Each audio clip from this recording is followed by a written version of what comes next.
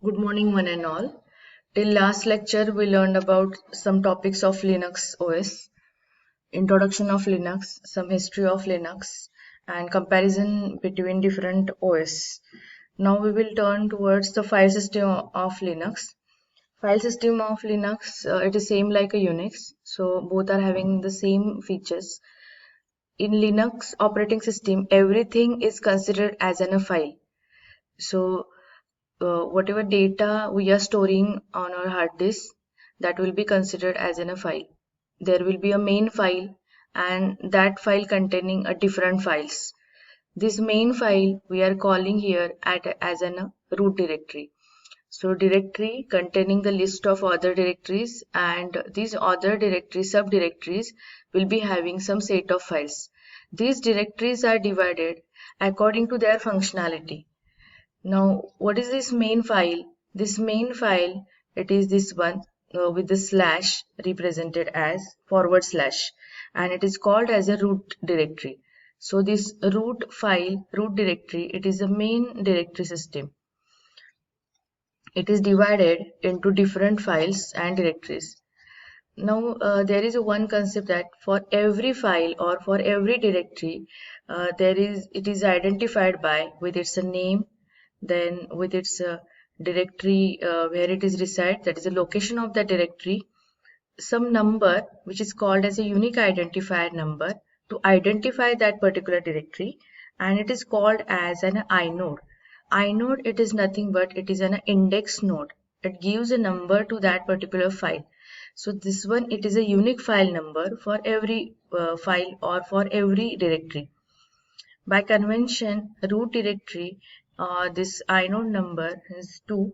So this 0 and 1, it is not used. The 0 and 1, it is used for the internal purpose, that is for the loading files initially when you are starting your system.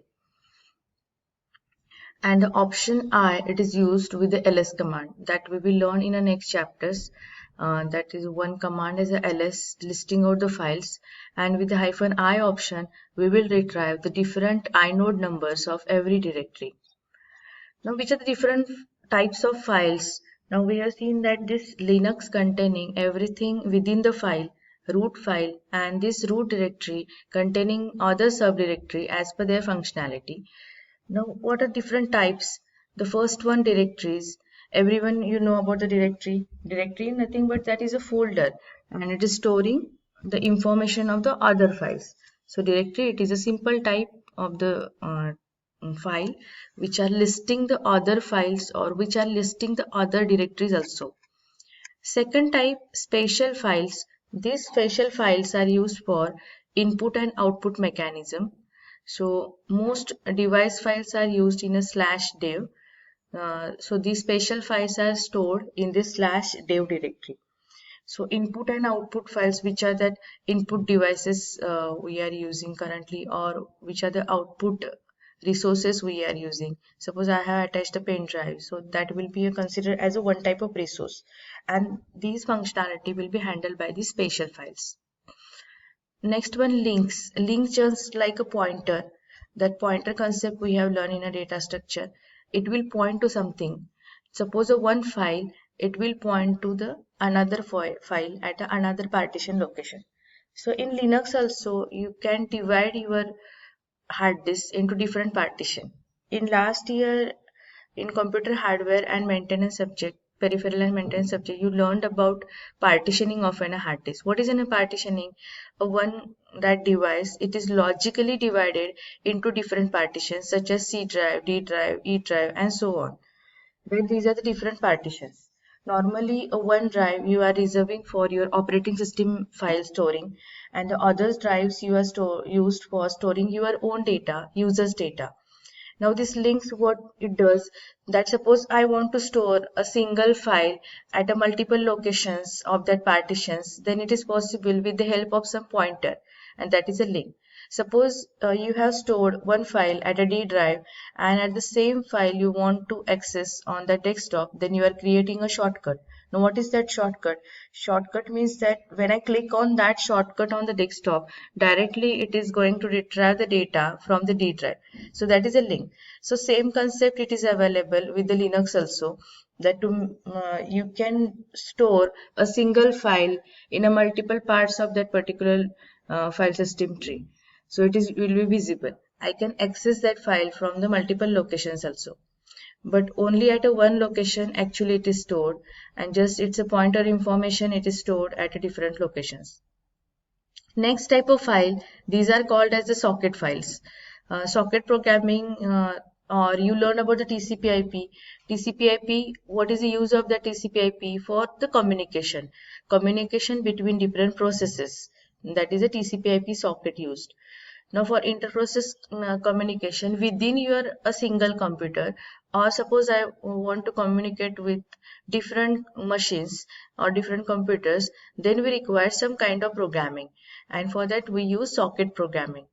Now this socket programming we can write with the help of C programming language, Java programming language, or any advanced level of programming languages. So this interprocess networking, whenever you are communicating, so these communication files will be stored within these socket files. Then named pipes. This pipe means when we want to connect output of one data or one command, we can pass to the as an input for the another command. Just I told you about the one command as a ls command. This ls command we can pass as in this ls command output to any another file system. Suppose I want to list out the file directories from your computer, and then we want to store that data into one single text file. Now that is possible with the help of set of two commands. So output of one command, then take that output, use this pipelining concept, that is there is a one command of pipeline, and then pass that data to that as an input for the another command. So in short way, we are passing the data between different files with the help of any kind of commands, with the help of the command pipelining command. So that is a name pipe. So these data, when we are passing from one process to the another process, that data we can store with the help of these name pipes. So these are the different types of files: directory files, special files. Directory files, in short, storing other directories, storing other files. Special files, it is storing input and output file. Link files means one file, it is visible from every location or so many locations from your computer with the help of the pointer. That is a link file. Socket file and the pipe files are for the communication. Socket file, interprocess communication, when we are using networking concept, passing the data between different machines throughout the network, then we are using this socket type of files. And the named pipe, here we are passing the data from one process to the another process, output of one process as an input for the another process, then we are using this name pipe concept. Now we will see how exactly Linux file system look. This is a visual representation. Now look at this diagram. I told you that slash, forward slash, this forward slash, it is nothing but it is your root directory, or this is main root file. This root file, it contains all these directories: bin directory, boot directory, dev, etc, home, lib, lost plus found, miscellaneous, that is a miss, then mnt, mounting, net, opt, proc, root, sbean, temp, user, var.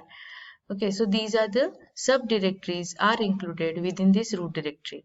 These subdirectories having different functionalities, and for example etc, it is containing the extra files of some configuration files or some user files are stored over here. Home directory are mainly that you can make your home directory for every user. These are the names of the users. They are accessing this computer. Now in this way, every file having some different purpose. Now let's see its functionality. Now the slash bin, slash stands for this root directory, the main level directory, and then your subdirectory, that is a bin directory. Bin, it is for the binary files, and it is store your programs binary files, then some system binary files, system administrator binary files. Even in right now you are learning Java programming or any kind of programming. When you are install any software, then you will see that there is a one bin directory you can find. Now this bin directory, it is having the binary file and required for your configuration of that particular software. Then slash boot, it is for boot directory, booting, that is having a loading information. Now what is a boot? Boot means when we are starting our computer with the help of or any we using any operating system, then we require some booting information, that which file we have to load first into the RAM, and then this file will call other files. For example, there is a one initial file configuration called as a init file, init file. Now this init file will call the other files such as suppose GUI file for loading your GUI system. Then first of all init file will be called with the 0 inode number. Then it will call corresponding its GUI file, any other configuration file at the back end that required, and then your computer gets started. So all this data, it is stored within this boot directory, that is a bootable, that is loading directory. Now here you can see startup files and the kernel information, VM, Linux, that is stored within the boot directory in case of the Linux. So kernel information, it is stored. So kernel, it is used to load your files into the memory when you are starting OS. Now there is one that grep. We require the bootloader for that. Even though you are storing the kernel, to load that Vim Linux file, we require some loader. That is this loader having the capability that it will load this kernel. So grub, it is a default bootloader which is called as a grand unified bootloader, and it will load this kernel into the memory, and then your computer gets started. So this grand unified bootloader configuration file, it is stored in this boot directory. Now the next is /dev for the devices. So it contains references to the CPU peripheral hardware. So it is containing the device information. /etc, it contains system configuration files. So it is same like a control panel in Windows. So which are the different components in a control panel that you know? So this control panel, same information, it is stored in etc directory of the Linux. So control panel containing some networking also information, then some sound related information, display information, install or uninstall some programs. So these are some few set of information or the tools are available within this control panel that I am telling. There are so many tools, even adding a printer, that is adding a device or detaching a device. So these are the functionality of control panel in Windows. The same functionality will be handled by the /etc. /home directory, home name for, that is for the user directory. Suppose I have created 3 user accounts. One is an admin, another with my name, and third one for the guest account. Then these 3 user directories will be created within this home directory. Here just I told you about that. Suppose this home directory, they have created the 4 directories. This user, Rick, Anna, Amy, and Bob. These are the names of the users. 4 users are logging with their own username. So to store their users' data, they require some kind of directory. Even suppose we are creating some users in case of Windows, then automatically that particular folder name with that name of that user will be created in that your admin account or with the user's account. Okay, the same that your users information with one directory will be for every user will be created at the home directory. Okay, this is about the home. Then Init RD, it is for the initial information. Just I told you, which requires initial booting 0 and 1. So information for the booting. So initial configuration D for this daemon. So first of all, this file will be get loaded, init RD and the boot file into your RAM. Then lib for this